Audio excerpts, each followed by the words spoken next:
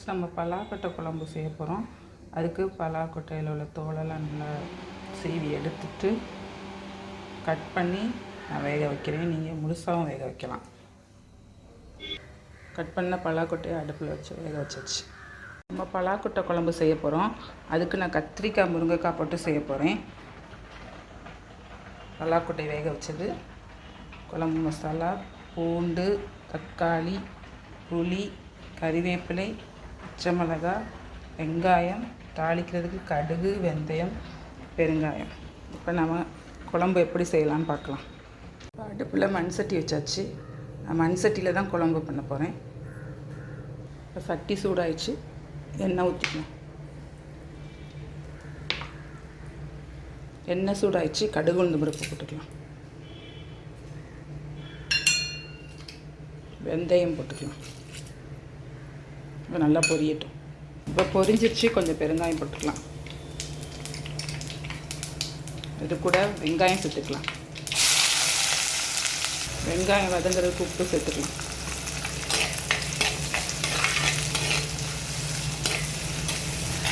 இந்த வெங்காயத்து கூடவே உரிச்சு வச்ச பூண்டையும் சேர்த்துக்கலாம். நல்லா வதக்கணும். வெங்காயம் வதங்கிடுச்சு, கருவேப்பிலை சேர்த்துக்கலாம்.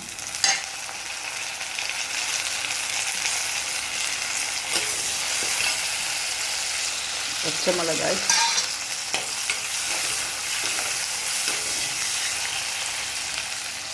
கட் பண்ண தக்காளி எல்லாத்தையும் சேர்த்து நல்லா வதக்குங்க. தக்காளி நல்லா வதங்கணும்னா கொஞ்சம் மஞ்சத்தூள் சேர்த்துக்கோங்க. தக்காளி நல்லா வதங்கிருச்சு, புளி சேர்த்துக்கலாம்.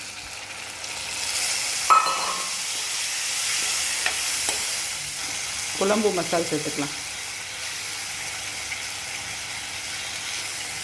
அதையும் சேர்த்து நல்லா கலந்து விடுங்க.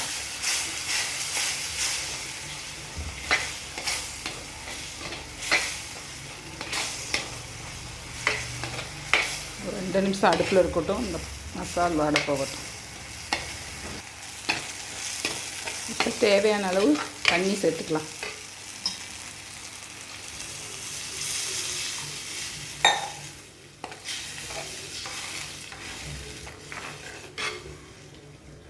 இப்போ குழம்புக்கு தேவையான உப்பு சேர்த்துக்கலாம்.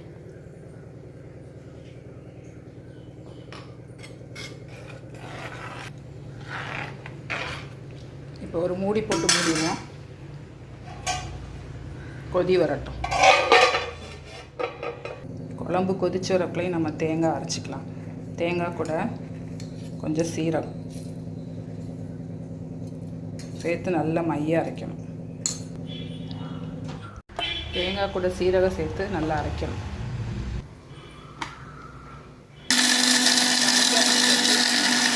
தேங்காய் அரைச்சாச்சு. இப்போ குழம்பு நல்லா கொதிச்சிருச்சு. நம்ம அந்த பலாக்கொட்டை காய்கள்லாம் சேர்த்துக்கலாம். வேக வச்ச பலாக்கொட்டை போட்டுக்கலாம். கத்திரிக்காய் முருங்கைக்காய் சேர்த்துக்கலாம்.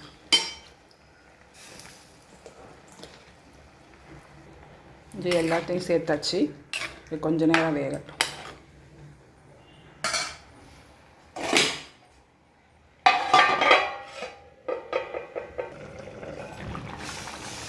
குழம்பு கொதிச்சிட்ருக்கு. இப்போ நம்ம அரைச்சி வச்சு தேங்காவை சேர்த்துக்கலாம். நல்லா மிக்ஸ் பண்ணிடுங்க. தேங்காய் ஊற்றியாச்சு. எண்ணெய் பிரிஞ்சு வந்தோடனே இறக்கிடலாம். இப்போ பலாக்கொட்டை குழம்பு ரெடி ஆச்சு. எண்ணெயெல்லாம் பிரிஞ்சு வந்துச்சு. இப்போ இறக்கிடலாம். சுவையான பலாக்கொட்டை குழம்பு ரெடி.